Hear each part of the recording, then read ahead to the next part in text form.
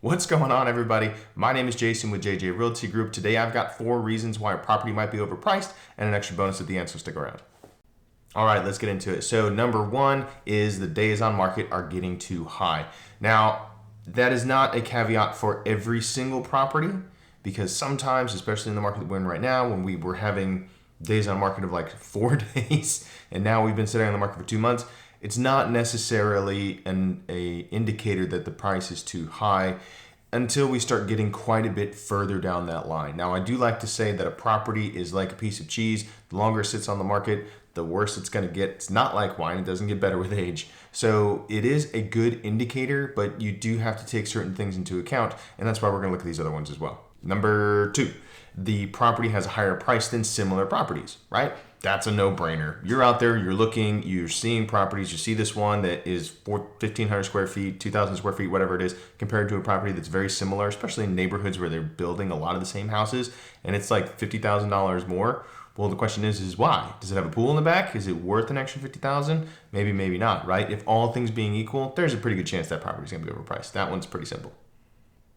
Numero tres. The property has gone on and off market multiple times in a really rapid succession. Bear in mind, it takes about 30 days for a property to get off the market. So if it goes really close to the end there and then comes back on the market, well, something fell apart, more than likely the buyer end, not the seller end. But if that property is getting back on the market within probably 7 days, which is about our average option period here in Texas, that's a pretty decent indicator that something was found at the house and it didn't go well. So if that is the case, then certainly there are questions that need to be raised. Is there something else wrong with the property? Is it no longer that value proposition of what you're paying versus what you're actually getting? Number 4, the properties around it are selling much faster. This is just another way of being able to determine whether or not the days on market are actually an indicator. Because if they all have the same amount of days on market, well, then it's not necessarily the house as much as it might just be the neighborhood, perhaps. Or perhaps it's just the market like it has been for the past probably about 6 months or so. Things have really just slowed down, at least in comparison to last spring. Now, that being said, the market is changing. You've got to understand that it's going to change this spring. It's not going to be the same it was last year. We're not going to see things flying off the shelves, but we are still in a record low inventory. So sellers need to understand and be prepared for what it's going to take to get your house done. And I will tell you right now, this is a little extra bonus. I wasn't planning on doing this.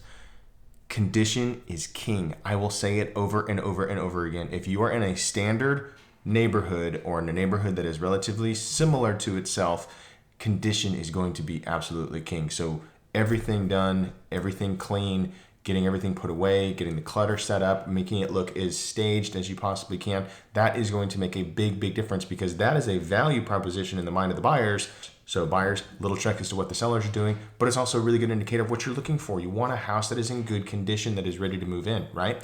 And that actually leads me into my 5th and bonus, and that is the property that you're looking for cheaper or more expensive than a new build, right? That is actually a very, very good indication of whether or not a property is overpriced, because if someone can go out and go buy new, then why would they buy your property if they're the same, right? Again, there are extenuating circumstances. That new might not have as nice a kitchen. It might not have as nice a bathroom. It might not have truly as nice of an inside as you might have. You might have completely gutted it and remodeled it. I'm not saying that is actually an indication of value.